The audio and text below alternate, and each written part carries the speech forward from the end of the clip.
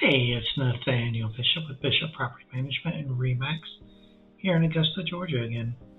Today we're going to be going over the 5 most influential books in my life. The power of books can never be overstated.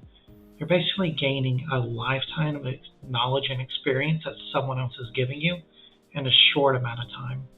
I think if you trace back pretty much every influential person in our history, you'll find one of the most common overlapping guidelines is that they read and they gain those knowledge and they get the heads up and the ability to get knowledge at an extremely fast rate, comparatively having to learn all of those lessons through direct experience.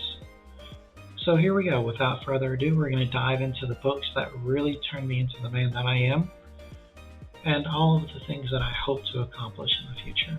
And away we go! I can't start any book list without the book that really got me to dive into real estate investing in the first place. I read Rich Dad Poor Dad by Robert Kiyosaki when I was in high school, and it really started to shape and form the man that I became. I don't think that the book in general has a whole lot of how-to, but the mindset was unparalleled at that time. And there's just countless amounts of people that this has affected. And I don't think that anyone that wants to dive into the real estate or just investing world in general needs to overlook this book. It really teaches the core principles and mindsets that you need in order to be successful. It tracks his upbringing mostly and how he had 2 different men that were very influential in his life. One was his biological father, who was the director of education for the state of Hawaii, and he made quite a bit of money comparatively to most of his peers and was very successful. But yet, no matter how hard he worked and what he applied, he always seemed to be getting further and further away from true freedom. And then he had one of his best friends' dads, who just kept seeming to thrive and grow, was building more and more businesses and was getting more and more real estate holdings and was one of the most wealthy men in Hawaii. And so he had 2 very drastic sort of role models to take from and what he learned from each one and how to shape his life in order to become the man that he wanted to be. And this resonated pretty heavily with me because my upbringing was a lot closer to his poor dad's without even like the education. So to me, it really sort of solidified some of the thoughts and ideas that I had rolling around in my head as even a teenager, that I didn't want to become just like everyone else. I wanted to become somebody different. And so I could not recommend this more to anyone else that is on the verge of getting into investing. Next up is Dale Carnegie's very well-known book, How to Win Friends and Influence People. There's been countless, and I mean countless, other books written that have really taken the same principles that he applied, reworded them, and threw them back out and made his #1 top sellers. But this was another book that I read in high school going into the world that really helped shape and impact how I dealt with people and interacted with them. So though it's not directly an investment book, a lot of the principles that you would gather from this directly will influence your interactions with all these people. Because at the end of the day, you can't really be successful real estate investing if you're not interacting with people. The social component that's inside of this is so high because you're going to be dealing with you're going to be dealing with real estate agents, you're going to be dealing with buyers, you're going to be dealing with sellers and contractors, tenants, if you're going that route. I mean, the amount of people that you have to interact with on a daily basis is just staggering. And you need to be putting forth your best foot to interact with those people. Because having a good relationship with the people that you're dealing with, even in a short amount of time, you'll be able to gain a lot of trust from those people. Especially say that you're wanting to, you're searching for a hard money lender or a private money lender. Unless you know that person for a long time, you're going to have to be able to interact with them in a manner that is going to have them give you a whole lot of their money, without actually getting to know you. So it's super important that you dive in, read this book, and really extrapolate everything that you can from it. Hostage negotiations. So similar to the last book, this one is dealing with people in different circumstances. But this one has a lot more to do with direct negotiation and interaction on kind of a more business sense when we're speaking of it in terms of real estate investing. So Chris Voss is an FBI negotiator, and the book's very interesting as it breaks down the key components of what you need to learn and directly apply in these sort of circumstances, and how to look at the world from other people's perspectives, but more importantly, to get them to do the same to you.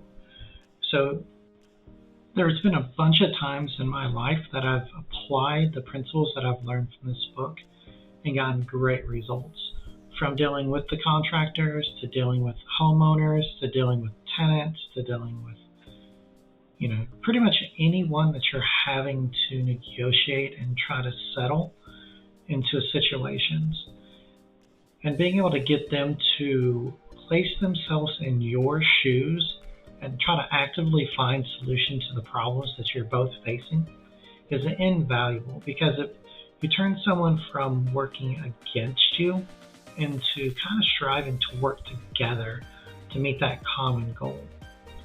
And so I can't recommend this book more for anyone that kind of struggles with trying to get that approach. System.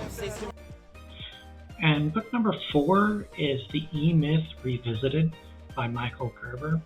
This is probably one of the most impactful books on the actual running of my business that I've ever read. It breaks down how you want to make something into a B-type business, which is also a principle that Kiyosaki, from our first book, really made a big deal of, is that if you are having to work daily inside of that company, it's not really a business, it's a job.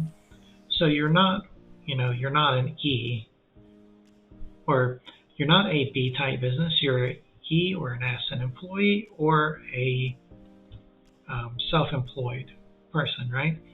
So in order to develop your company from something that you have to work in daily and it's crucial for you, you need to develop out systems that replace your actions so you have the freedom to go out to other spaces. And I'll throw out a little extra bonus book on this one.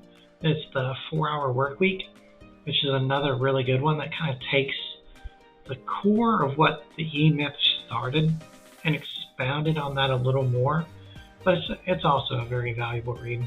It's probably not one of the most influential books that I've read, but it does add a lot into this kind of genre that we're looking at here. Last but not least is The Power of No. I'm not sure why this book had such a big impact on me, but it was something I felt like I really needed to hear when I read this. So, as a more or less a people pleaser, I tend to want to do more for people than they want to do for themselves. It's definitely a weakness that I've had for a very long time, and it's something that I've always struggled with. And I think I needed the context that whenever you say yes to something, it means you're saying no to something else. So really needing to reframe your mind around the principle that you need to be saying yes to the right things and not necessarily focusing on the fact that you're having to say no or have a negative response to something else.